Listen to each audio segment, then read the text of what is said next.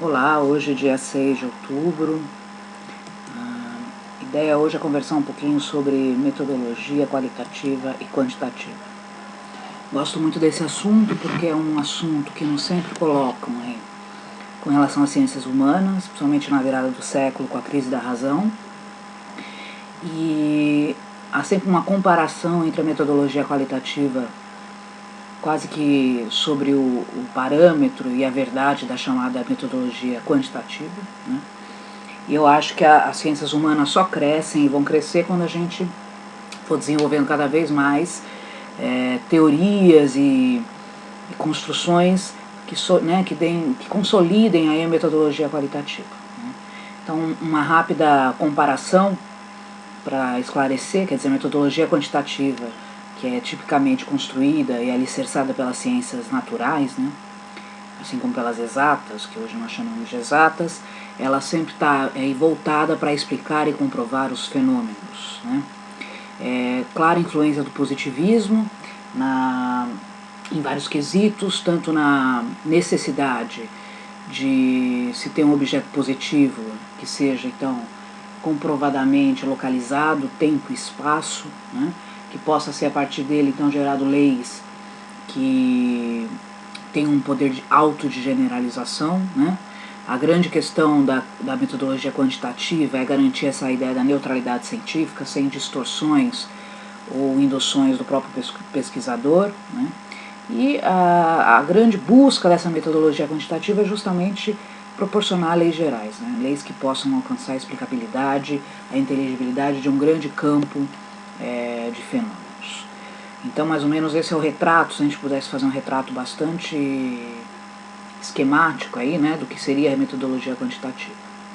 A metodologia qualitativa já vai se contrapondo de uma maneira, eu diria, cada vez mais radical com relação aos propósitos e a esse cenário da metodologia quantitativa. A metodologia qualitativa ela está voltada para a compreensão dos fenômenos, né? E quando a gente pensa na compreensão, nós estamos pensando numa visão mais multideterminada ou multifatorial, multidimensional, como alguns teóricos colocam, né?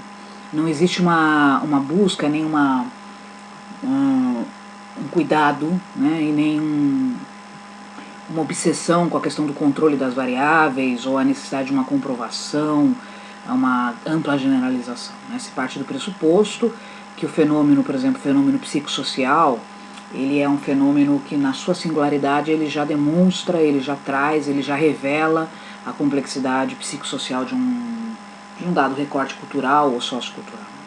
Nesse sentido, a metodologia qualitativa ela não se propõe a ser uma leitura refletiva, né, reflexiva, neutra ou um espelhamento da realidade, mas ela é sempre parte do pressuposto, como o próprio Fernando González Rey, eu gosto muito que fala desse assunto, né, nos apresenta com a ideia de uma construção, né. A metodologia qualitativa entende que o conhecimento ele é uma construção interpretativa, dialógica, que se dá então entre os pesquisadores e a realidade.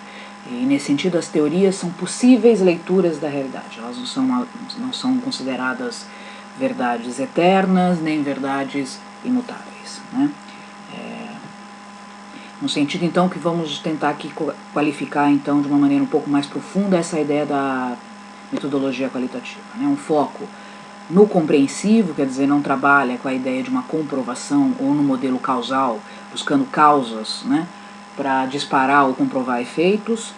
Entende a realidade como uma construção social, que é o que eu acabei de explicar, né? Não há essa ideia de uma neutralidade possível, quer dizer, o pesquisador, o investigador está sempre implicado nessa realidade.